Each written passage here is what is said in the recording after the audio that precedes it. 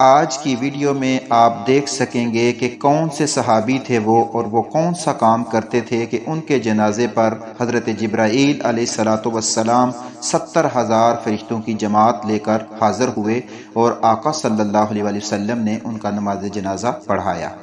السلام علیکم ورحمۃ اللہ وبرکاتہ۔ صلو علی الحبیب صلی اللہ علی محمد صلی اللہ علیہ وآلہ وسلم۔ رضا الہی چینل میں آپ سب کو خوش آمدید کہتے ہیں۔ اللہ عز و جل سے دعا ہے کہ اللہ عز و جل آپ سب پر اپنا خاص کرم فرمائے، دونوں جہانوں کی بلائیاں عطا فرمائے، خوشیاں عطا فرمائے، ہر دکھ اور تکلیف سے محفوظ رکھے۔ اللہ پاک بے اولادوں کو نیک اور صالح اولاد عطا فرمائے، بے روزگاروں کو رزق حلال کمانے اور کھانے کی توفیق عطا فرمائے، اور بیماروں کو صحت کاملہ عاجلہ عطا فرمائے اور صحت والی لمبی عمر عطا فرمائے، اور اللہ عز و جل آپ سب کی تمام جائز دلی خواہشوں کو پورا فرمائے۔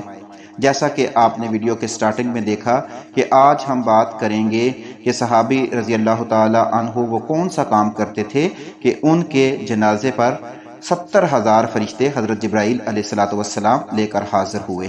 سب سے پہلی بات تو یہ رکھیں ذہن میں کہ نبی کریم صلی اللہ علیہ وسلم کا ہر صحابی کی شان، عظمت، اس کا مقام بہت بلند ہے، اور ہمیں کوئی حق نہیں پہنچتا کہ کسی بھی صحابی کے بارے میں زبان درازی کریں، جب قرآن مجید میں آ گیا کہ اللہ پاک ان سے راضی اور وہ اللہ سے راضی۔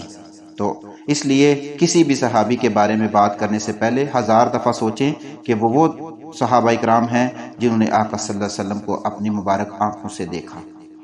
تو غزوہ تبوک کے موقع پر رسول اللہ صلی اللہ علیہ وسلم کی خدمت میں حضرت جبرائیل علیہ السلام حاضر ہوئے اور عرض کیا، اے رسول اللہ صلی اللہ علیہ وسلم، اللہ کریم فرما رہا ہے کہ حضرت معاویہ بن معاویہ المزنی رضی اللہ تعالی عنہ کے جنازے میں شرکت فرمائیں۔ تو رسول اللہ صلی اللہ علیہ وسلم نے جنازے میں شرکت فرمائی۔ دیکھیں صحابی کی شان کہ جنازے میں شرکت فرمانے کے لیے اللہ کی طرف سے پیغام لے کر جبرائیل حاضر ہو رہے ہیں، یہ ہے شان صحابہ کرام کی، اللہ پاک ان پر کرم فرمائے۔ حضرت جبرائیل علیہ السلام جو ہیں وہ 70,000 فرشتوں کی جماعت لے کر نازل ہوئے اور اپنے دائیں پر اپنا جو دائیں پر ہے اس کو پہاڑوں پر مارا اور انہیں برابر کیا، اور پھر بائیں پر جو ہے وہ زمین پر مارا، تو وہ بھی اس طرح ہو گئی کہ ان سے مکہ مکرمہ اور مدینہ منورہ نظر آنے لگے۔ تو رسول اللہ صلی اللہ علیہ وآلہ وسلم نے فرمایا، جبرائیل علیہ السلام آنے والے تمام فرشتوں نے نماز جنازہ ادا کی۔ تو رسول اللہ صلی اللہ علیہ وسلم نے جب نماز جنازہ سے فارغ ہوئے تو آپ صلی اللہ علیہ وآلہ وسلم نے حضرت جبرائیل سے فرمایا کہ اے جبرائیل، معاویہ اس مقام و مرتبہ پر کیسے پہنچے؟ وہ کون سا وہ کام کرتے تھے جس کی وجہ سے ان کو یہ بلند مقام ملا؟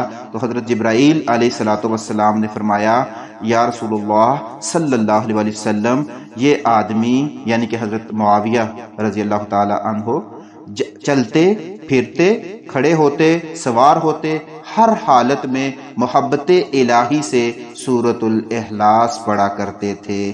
تو اس کا مطلب یہ ہوا کہ ہمیں بھی سورۃ الاخلاص سے محبت کرنی چاہیے، اور ہمیں بھی اپنی زندگیوں میں چلتے پھرتے سورۃ الاخلاص کو داخل کر لینا چاہیے، تاکہ ہماری جب اس دنیا سے رخصت ہو تو اللہ تعالیٰ کرم فرمائے اور ہمارے جنازے میں بھی اللہ پاک فرشتے بھیج دے۔ تو یہ ہے محبت قرآن سے، یہ ہے محبت صحابہ اکرام کی، اور یہ ہے شان صحابہ اکرام کی۔ تو سورۃ الاخلاص جو ہے اس کو آپ نے اپنی زندگی کا حصہ بنانا ہے۔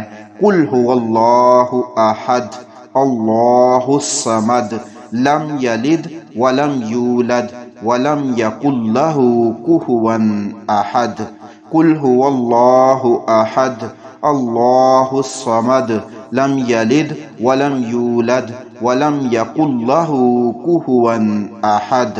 قل هو اللہ احد اللہ الصمد لم یلد ولم یولد ولم یکن لہ کفوا احد۔ سورۃ الاخلاص کے تو یہ فائدے ہیں، 3 دفعہ ہم نے پڑھی، ایک قرآن مجید پڑھنے کا ثواب بھی ہمیں مل گیا۔